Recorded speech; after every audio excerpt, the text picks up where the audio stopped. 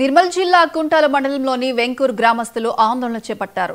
తమ గ్రామ వాగు నుంచి అక్రమంగా ఇసుకను తరలిస్తున్నారని పలుమార్లు ఫిర్యాదు చేసినా అధికారులు స్పందించకపోవడంతో నిరసనకు దిగారు. తహసీల్దార్ కార్యాలయానికి వెళ్లే రోడ్డుపై బైఠాయించి తహసీల్దార్కు వ్యతిరేకంగా నినాదాలు చేశారు. ఉన్నతాధికారులు వెంటనే స్పందించి అక్రమ ఇసుక రవాణాపై చర్యలు తీసుకోవాలని వెంకూర్ గ్రామస్తులు డిమాండ్ చేశారు.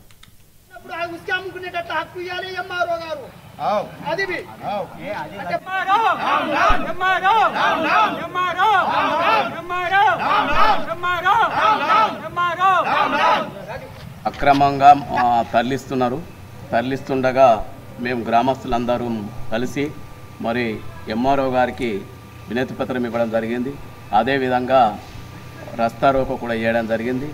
ఎంఆర్ఓ గారికి పదే చాలా సార్లు విన్నవించడం జరిగింది. మనం అక్రమంగా ఇసుక మహారాష్ట్రకు తరలిపోతుంది సార్, మరి దాని మీద ఏమన్నా యాక్షన్ తీసుకోండి అని చెప్తే ఆయన దాన్ని పట్టించుకోకుండా పెడచెవిన పెట్టడం జరిగింది.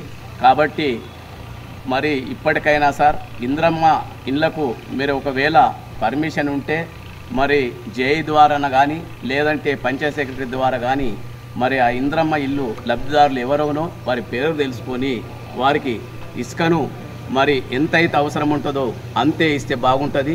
కానీ కొందరు వ్యక్తులు దాన్ని అక్రమంగా మరి తరలించడం జరుగుతుంది. మరి అదేవిధంగా ఎందుకు తరలిస్తున్నారని ఫిర్యాదు చేస్తే మరి కొందరి పైన దాడి చేయడం కూడా జరిగింది. దాడికి నిరసనగా